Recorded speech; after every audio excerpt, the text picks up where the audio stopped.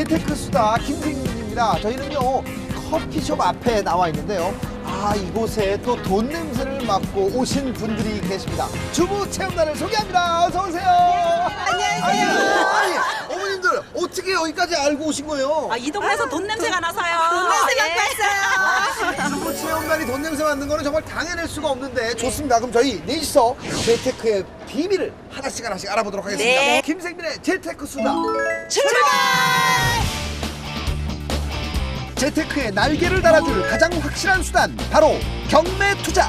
뭐 청소라. 오늘 김생민의 재테크 수다에서 확인하세요. 파이팅!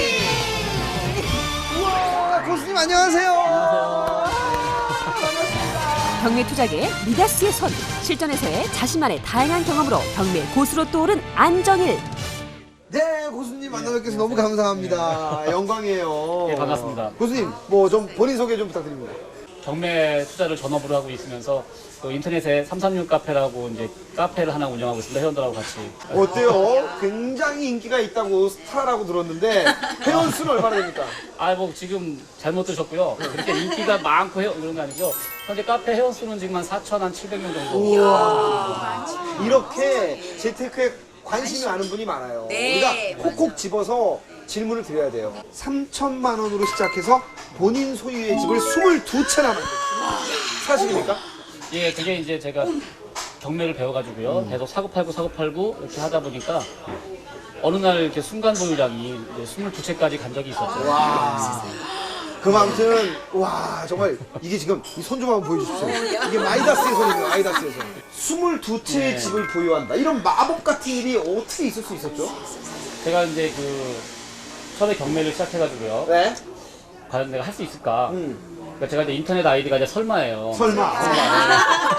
그러니까 이제 설마 나한테 과연 그런 일이 있겠느냐 라는 의미의 설마인데 거기에 또 한편으로 꼭 이뤄내겠다라는 반어적인 의미 그러니까 꼭 이뤄내겠다라는 뜻으로 이제 그때 닉네임을 정했는데 그렇게 하면서 차근차근 꾸준히 하다 보니까 2008년도쯤 와보니까 어느 날 문득 22채가 돼 있더라고요. 네. 집이 좀 여유롭고 넉넉하고 부자셨으니까 이렇게 여윳돈으로 경매를 하시는 거예요? 만약에 제가 그랬었으면 아마 그 생각을 못 했을 거예요. 네. 95년도에 이제 저희 아버님께서 이제 흔히 얘기하는 보증을 쓰지 말라고 하는 지금 이제 보증을 쓰셨단 말이죠. 그럼 이제 그것 때문에 이제 어떻게 잘못돼가지고 이제 집이 경매로 넘어가고 이제 가족들은 다 이제 나 있고. 정말 많은 그 재테크가 있습니다. 펀드도 있고 뭐 주식도 있고 네. 그죠? 부동산도 있고 그런데 그중에 경매를 선택한 뭐 특별한 이유가 예, 제가 이제 그 직장생활 하면서 이제 다른 생각을 많이 해봤어요. 이제 뭐 주식도 받고 뭐 쇼핑몰도 운영해 보려고 했었고 했는데 다 안 되더라고요. 근데 이제 경매라는 거는 어떻게 공부하다 보니까 알게 된 건데 이거는 내가 욕심만 안 부리면 최소한 욕심을 안 부리고 정도를 걷기만 하면 최소 손해는 안 보겠구나. 그러니까 경매라는 게 결국 기본적으로 싸게 사자라는 개념이잖아요. 네, 싸게 산다는 개념이니까 제대로만 싸게 사면 이건 최소한 손해는 안 볼 것 같다라는 생각. 그리고 투자라는 건 결국 손해를 보지 말아야 되는 거니까요. 이 아까운 돈, 피 같은 돈 날릴 수가 없잖아요. 그래서 이제 경매 쪽으로 이제 도전을 하게 된 거고, 그게 결과적으로는 어떻게 성공을 했다라고 보는 거죠. 그렇군요. 정말 가족의 소원을 그리고 본인의 소원을 이뤄주게 한 마법 같은 경매. 예, 그 비밀을 지금부터 알아가 보도록 하겠습니다. 경매의 비밀을 알려주실 텐데 첫 번째 노하우부터 좀 알려주십시오. 예, 첫 번째 비결은 100만 불짜리 앞마당을 공략하라입니다. 야. 이야. 어떻게 들어서는 모르겠는데 왜냐면 이게 지금 앞마당에서 석유가 나오는 그런 집을 사라는 건지 이게 어떤 의미가 있는 겁니까, 선생님? 예, 이게 이제 뭐 부자 동네, 뭐 좋은 동네, 뭐 이런 뭐 흔히 말하는 뭐 강남 뭐 이런 얘기가 아니고요.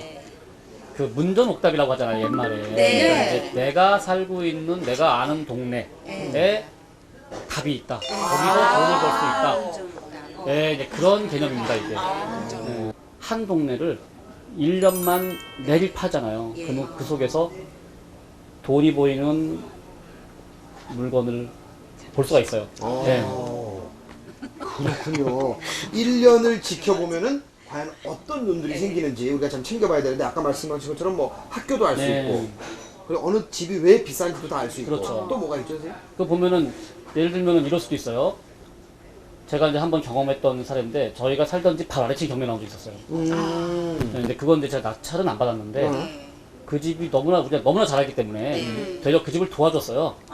세입자가 살던 건데 아무것도 모르고 있는 거예요. 그냥 낙찰 자기는 보증금을 다 받는 걸로 알고 있더라고요. 그럼 근데 가서 후순이었군요. 네, 그래서 이제 그분을 도와주고 차라리 이렇게 일반적인 가격을 낙찰받으면 당신 보증금은 다 까이니까 차라리 얼마 정도 쓰면 낙찰받을 것 같으니까 그걸 받으면 그래도 시세보다 싸게 사는 거니까 당신 집이 되니까. 당신 집이 되니까 또 대출도 나오니까 사실 그렇게 하시는 게 어떻겠냐고 제가 조언을 해주면서 그래서 그분이 낙찰받고 이제 이런 케이스가 있는데 그분이 이사를 안 가셨군요. 네, 이사를 안 가게 된 거죠. 좋은 일 하셨네요. 나중에 어머니께서 이제 그분한테 좋은 얘기 들었죠. 아드님 덕분에 라는 얘기를 그래요. 만약에 그런 모든 권리를 제가 다 이제 확인을 해가지고 네. 만약에 그 경매가 받았을 때 네. 거기 살고 있는 사람이 만약에 안 나가면 안 어떻게 나간다. 해요? 그러면 이게 이제 이분이 그러니까 나가야 되는 사람인데 네, 이제 법적으로 여기에 이걸 이제 대항력이라는 예, 말을 예, 표현하는데 네. 대항력이 없어요. 또 나가야 되는 사람인데 안 나간다고 개긴다 이거잖아요. 네네네.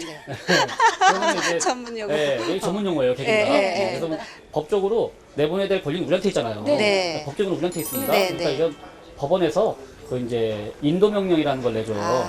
그 현재 점유하신 당신은 점유 권한이 없으니까 낙찰자에게 집을 넘겨줘라라는 인도 명령을 내고요. 그 인도 명령을 받았는데도 안 나간다. 그럼 이제 법원에서 이제 강제로 강제 집행이라는 용어를 쓰는데 강제로 집행을 할 수가 있습니다. 제가 이제 송탄이랑 성남에서 이제 주로 했어요. 송탄이라는 동네가 이제 평택에 있는 동네인데 거기가 저의 이제 고향이고요. 거기서 초중고등학교를 나왔기 때문에 성남이 제가 이제 살던 동네라 이제 직장 생활하면서 결혼 초기에 살던 동네라 또 이제 잘 알고 그래서 두 군데서 했는데 이제 초기 방식은 뭐였냐면요. 빌라를 주로 했었어요. 근데 빌라가 이제 금액도 작아요. 작고 또 그 당시 2004년도부터 6년도까지는요. 빌라는 사면 안 되는 거다라는 게 일반적인 재테크론이었어요. 빌라는 상승한다잖아요 가격이요. 네. 근데 이제 이게 떨어지긴 하는데 그래도 거래되는 가격은 있었단 말이에요. 그렇죠. 그러니까 이제 앞마당을 많이 팠잖아요. 그러니까 내가 살던 송탄이라는 동네, 또 내가 현재 살고 있는 성남이라는 동네에 빌라가 방 2개 또는 방 3개에 저 정도 규모면 얼마면 팔린다. 라는 게 나와 있단 말이에요. 내가 이제 그만큼 팠으니까. 그러니까 팔리는 가격보다 싸게 받아가지고 그 팔리는 가격보다 한 1, 200만 빼줘도요 바로 팔리는 거죠. 그리고 안 팔리면 뭐 세놓고 그냥 계속 그냥 가면 그래요. 돼요. 그렇죠. 그냥 가면 되고요. 이게 경매 그 부동산 투자의 가장 장점인 것 같아요. 네, 맞아요. 말씀하신 대로 뭐 앞마당 뭐 이렇게 네. 내가 아는데 말고 이제 소문 뭐 친구가 어디가 좋대다 그렇죠. 모르는 지역을 그렇죠. 들어갈 때 어떻게 경매할 때 틀려서 떼야 어떻게 하고 뭐 해요? 그런 거 어떻게 해? 그 이제 소문만 듣고 친구가 좋다는데 무조건 가면 안 되고요. 자, 이런 분들이 있어요. 내가 사는 동네는 비싸다. 내 돈으로 안 돼. 그러니까 싼 동네를 찾고 싶어. 그래서 싼 동네를 간다. 그러면요. 아까 얘기한 대로 그런 동네 갔으면요. 막바로 뭘 투자를 할 수가 없어요. 모르니까. 모르니까. 그건 거기도 내 앞마당처럼 만들어야 돼요. 그럼 거기를 뭐 3개월, 6개월 아니면 1년 시간을 두고요. 파세요. 쭉. 이게 이제 이런 방법을 제가 권유해요. 저도 이제 썼던 방식인데 제가 왜 성남하고 송탄에 사다가 점점 이제 영역을 확장을 했어요. 봐요. 성남 한 1년 파면 더 이상 팔 게 없어요. 이제는요. 눈 감아도 다 알아. 그럼 이제 시간이 남잖아요. 네. 그 옆 동네로 간단 말이에요. 네. 그 옆 동네로 조금씩 확장을 했는데 제가 이제 신림동에서 이제 관악구를 제가 이제 공략할 때 얘긴데요. 어떻게 했느냐면요. 관악구가 저기 전철역으로 오면 낙성대역부터 해가지고 쭉쭉쭉쭉 전철역이 가잖아요. 네. 제가 이제 성남에서 낙성대역까지 와요. 그럼 거기서 거기를 남부순환로가 있잖아요. 네. 낙성대역에서 북쪽으로 또 남쪽으로 하루 종일 파는 거예요. 부동산이라고 해서 다 다니면서. 그러면 하루 동안 파봐야 얼마 못 가요. 그러겠죠. 그죠? 해줘요. 다음날 또 집에 가요. 또 와서 이번엔 조금 더 전진을 해. 그리고 또 거기를 다 뒤져봐요. 그렇게 해서 낙성대역서부터 저쪽 관악구 경계선 뭐 신림역에 가는데 한 달 걸리더라고요. 와, 여러분 어떤 걸 느끼셨습니까? 정말 이렇게 흘리는 땀이 노력이 맞아요. 있기 때문에 오늘의 이런 인기가 있는 고수님이 된 것 같습니다. 와, 대단합니다 진짜. 내 앞마당부터 잘 파악하자. 기억하세요? 막간 경매 용어 퀴즈! 자, 이제 우리 고수님께서 이제 문제를 내주실 텐데요. 아, 오늘 또 과연 어떤 분이 재테크 여왕이 될지. 자, 고수님 문제 주세요. 계속적인 거래 관계로부터 생기는 다수의 그 불특정 채무를 장래의 결산기에 있어서 일정한 한도에까지 담보하기 위하여 현재에 설정하는 저당권을 뭐라고 부르는가입니다. 정답. 예, 정답. 손산동 어머니. 근저당 설정 아니에요? 근저당 설정 맞습니다. 와, 대단합니다. 대단합니다. 와. 다음 문제 주세요. 자, 다음 문제 갑니다. 자, 입찰자가 일주일에서 1개월의 입찰 기간 내에 입찰표에 매수 가격을 기재해서 집행관에게 직접 또는 등기 우편으로 제출하고 매각 기일에 개찰하는 방식으로 진행되는 입찰 절차를 뭐라고 부르나요? 예. 저기 저거 아닐까요? 그 우편으로 했으니까 네, 우편으로 했으니까. 그러니까 우편 낙찰? 우편 낙찰.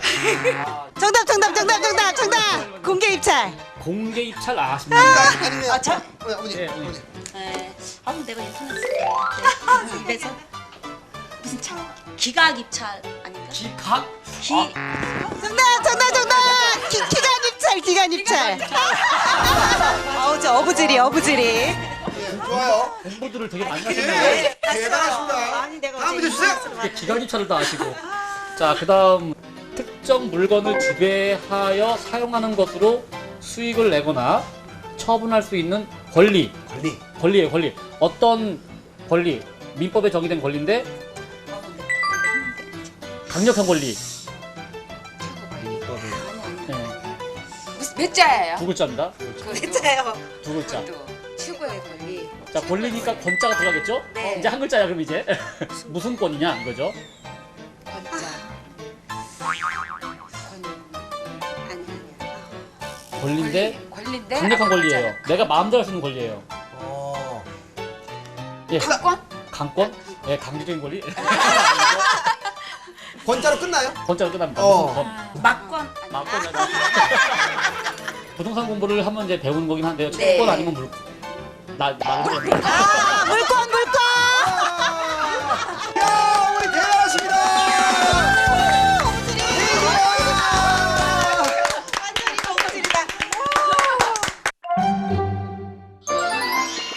자, 그러면요 이번에는 고수님의 두 번째 노하우를 들어야 됩니다. 어떤 겁니까? 예, 그 두 번째는 바로 그 사랑으로 발전하기 전까지는 정주지 마라입니다. 주지 마요. 이거 무슨 드라마나 유행가 가사 같은데요. 이게 뭡니까, 선생님? 이게 이제 좀 냉정해져라 이런 건가요? 그쵸, 이제 투자를 하려면 물론 냉정도 하기 필요한 거고요. 이게 이제 그 낙찰받기 전까지는 정주지 말자. 이게 뭔 소리냐면요. 이제 물건 하나를 법원 가서 입찰을 하려면은요. 이거를 입찰하기 전에는 인터넷으로 검색을 해봐야 되고요. 인터넷으로 검색을 해봐서 마음에 드는 게 있으면 현장에 나가서 조사를 또 해야 돼요.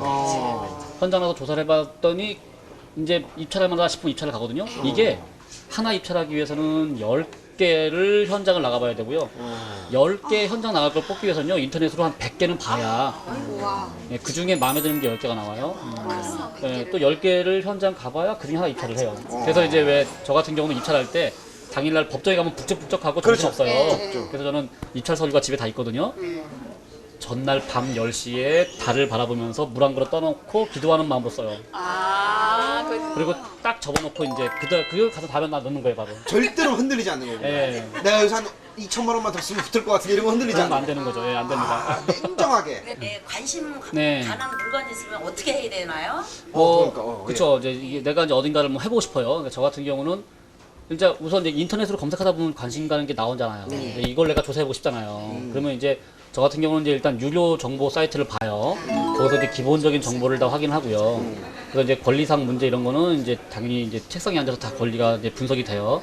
분석이 되는데 거기서 특별한 이상이 없다. 뭐 또 내가 웬만큼 해결할 수 있겠다. 그럼 그다음에 이제 현장을 나가는 거죠. 이제 보통 임장 활동이라는 말을 쓰는데 현장 가서 뭐 주변에 부동산도 가보고 집도 바깥에서 확인도 해보고 뭐 안내 내부를 볼 수 있으면 가능하면 보면 좋은데 뭐 굳이 그런 뭐 그렇게 해서 쭉 다녀보는 거. 예, 그리고 이제 주변 탐문 수사도 해보고요.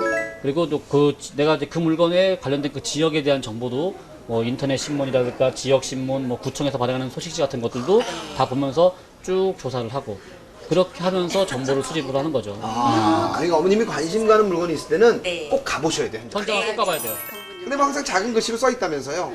투자는 항상 본인의 판단에 의한. 그렇죠. 예, 제가 책임 안 집니다.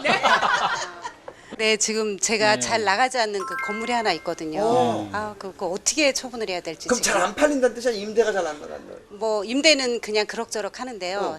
팔려고 지금 내놨거든요. 어. 안 나가요. 맞아요. 아우, 죽겠어요. 요즘 아주. 주위에서 자기 부동산을 저한테 네. 팔아버리고 싶은데 안 팔려요. 네. 왜 그런 거 어떻게 해야 됩니까? 방법은 어머님이 다 알고 있어요. 이미 다 알고 있다? 과연 그 방법은? 살짝 좀 시세보다 약간 싸게. 약간 싸게. 안 나가는 아는데. 물건 또는 뭐 뭐든지 간에 잘 팔리려면요 싸게 팔아야 돼요. 그거 외에는 방법이 없어요. 아, 그렇군. 예. 그 이제 거기에 이제 수반되는 얘기로서 뭐 내부 인테리어니 뭐 이런 얘기가 나온단 말이에요. 자, 똑같은 가격을 내놨을 때 내게 먼저 팔리려면은 뭔가 이쁘게 인테리어가 잘 되는 거 이것도 결국은 싸다는 얘기나 마찬가지 얘기예요. 그렇죠. 그렇죠. 내가 인테리어 투자를 했으니까 싼 거랑 마찬가지죠. 그럼 좀 싸게 아니면 인테리어를 조금 돈을 네, 들여서. 손을 들여서. 어머니 예. 건물에 이제부터는 누가 건물 보러 온다 그러면 네. 건물 청소를 하세요. 정확한 현장 답사 잊지 마세요. 자, 이제 마지막 세 번째 비밀을 알아야 됩니다. 어떤 겁니까? 자, 세 번째는 이제 눈치 빠른 그 심리 투자가가 되자.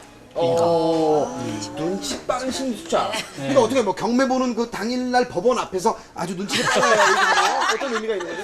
우리 이제 회원들이나 이제 네. members 그런 얘기를 하셔요. 어떻게 하면 돈 벌면 되느냐. 그래서 제가 이제 그 블래시라는 얘기를 해줘요. BLSH. 네. 돈 버는 비법이에요. Buy low, sell high. 아, 네, 싸게 사서 비싸게 팔면은 돈 벌어요. 그렇죠. 네. 그렇죠. 그게 어렵지. 그래서 이제 그 시장 상황에서 제가 이제 제가 이제 부동산을 이제 사고 팔고 한단 말이에요. 그거를 저는 이제 집을 사고 판다라는 느낌보다는요, 제 생각에는 때를 사고 파는 것 같아요. 그 상황. 네. 눈치 빠른 네. 심리투자가. 제가 이제 내선동의 오피스텔이 3,800에 낙찰을 받았는데 전세가 5,500인가 넘게 있어요. 네. 뭐 그런 경우도 있어요. 대단해 진짜. 그리고 또 이제 분당에서 한번 또 오피스텔을 8,700짜리를 사면서 전세가 8,000이 껴 있는데. 근데 이게 상황이 어떤 상황이냐면요. 다들 이제 아파트로 몰려가면서 오피스텔은 아니야 뭐 이럴 때. 역발상이군요. 예, 분위기가 안 좋다 보니까 가격이 빠지는데 내가 보기엔 전세값이랑 큰 차이가 없어요. 그래서 내 돈이 안 들어. 그 당시 시기가 그 당시에는 사면은 좋은 시기였던 거예요. 남들이 다 팔고 싶어서 안달이 날 때 나는 걸 사주는 거예요. 그러니까 그분들은 내가 고마운 거야. 내가 사주니까. 그리고 나서 이제 제가 분당 것도 한 1억 한 3천인가 팔았고요. 하정동 것도 7,500인가 넘게 팔았고요. 예, 내선동 거는 그냥 갖고 있어요. 전세가 올라가 버리니까 팔 수가 없어. 팔아봐야 전세금 빼주면 내 돈이 제일 남는 게 없어요. 그러니까 팔아봐야 이런 것들을 안 파는데요. 그런 식으로 이제 팔 때는 어떠냐면요. 오피스텔에 사람들이 왕 몰릴 때가 또 있었어요. 수익청 이래가지고요. 남들이 사겠다 돈 벌잖아요. 그럼 저는 어떻게 해야 돼요? 그분들의 소원을 들어줘야 돼요. 그러니까 좀 팔아줘야 돼요. 버스를 타거나 이렇게 골목에 가면 네. 이렇게 전봇대에 뭐 신축 빌라 2천, 뭐 현금